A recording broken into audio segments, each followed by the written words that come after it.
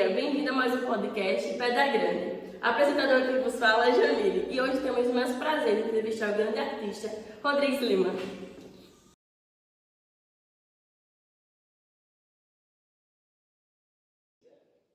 Quais artistas, pensadores ou filósofos o senhor considera importante em sua vida e em suas obras?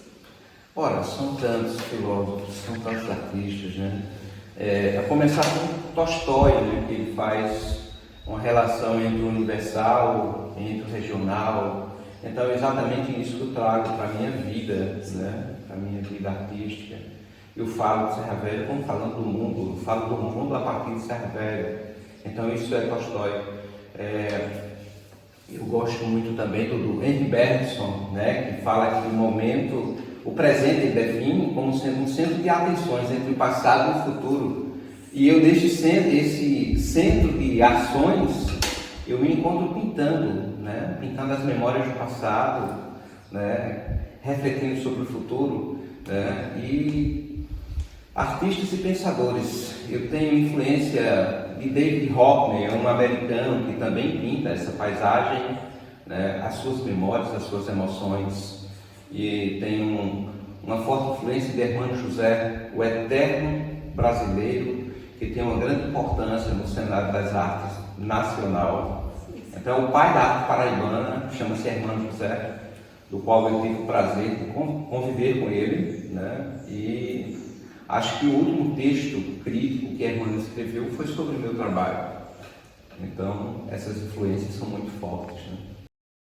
O romantismo da Inglaterra no século XIX foi marcado, dentre muitos movimentos, por uma crítica à sociedade que a Revolução Industrial criou. E ainda hoje o romantismo inglês desempenha uma influência enorme nas formas pelas quais a sociedade pós-moderna é progressada.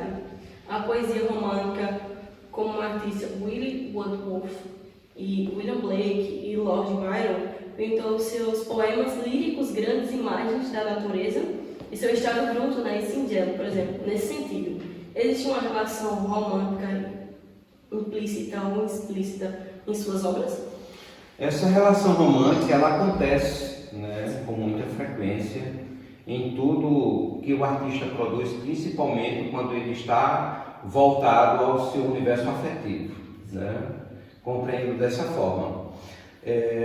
Na minha paisagem, na minha composição paisagística, eu trabalho representando normalmente uma paisagem solitária, uma paisagem plácida, sem a presença do homem, né, fisicamente falando, e sem a interferência do homem no sentido da devastação da natureza. Quando faço a minha paisagem, procuro trabalhar com elementos que compõem, são elementos seletos, né, daquilo que compõem, que formam a minha memória afetiva.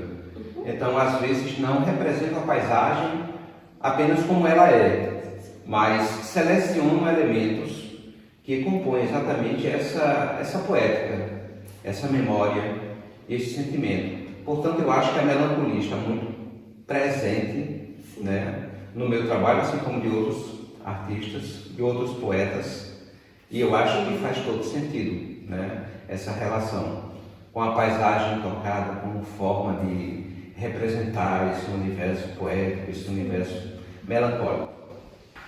Suas obras são lidas por muitos críticos como reflexo do surrealismo, mas localizadas em um contexto da paisagem local, né? Paraibana, desde o alto da Serra Velha, Itatuba. Entretanto, a Serra Velha é marcada historicamente por narrativas indígenas, caboclas, ciganas, cangaceiras e aboiadeiras, algo mais próximo de produção artística de indígenas brasileiras.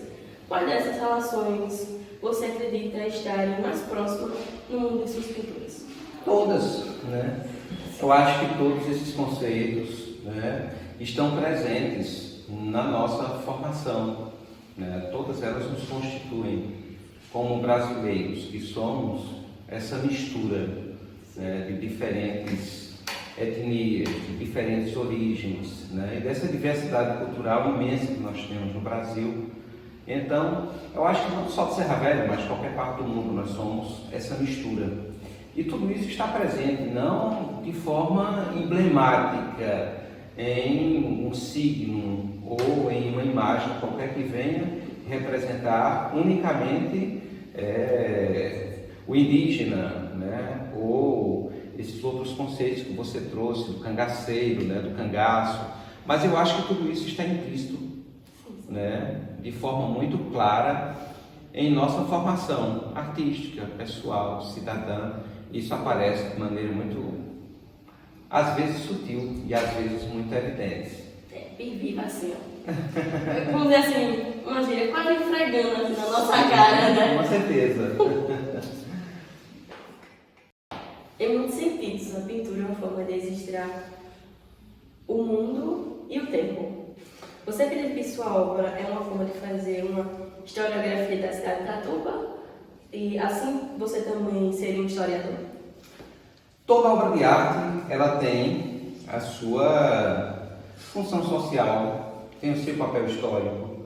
Então, nesse sentido, ela passa a ocupar, né, o papel de um documento, né? Existe um pensador, acho que no documento dos parâmetros curriculares nacionais, que diz que, diferentemente da ciência, da filosofia e da religião, a arte é um tipo particular de narrativa sobre o ser humano, a natureza e o cosmos. E que a arte tem a sua própria história e mantém íntimas relações com a história da humanidade. Então, uma obra de arte ela é produzida por um artista com um determinado material, em um determinado momento histórico, político, social. Nesse contexto, a obra de arte ela é, sim, um documento. Você é um historiador. Então. Faço parte, né, desta composição, né, de informações e de elementos que constituem a nossa história. Tudo que nós fazemos, acho que tem a ver com a história. É um marco, né, no tempo e no espaço. Sim, sim.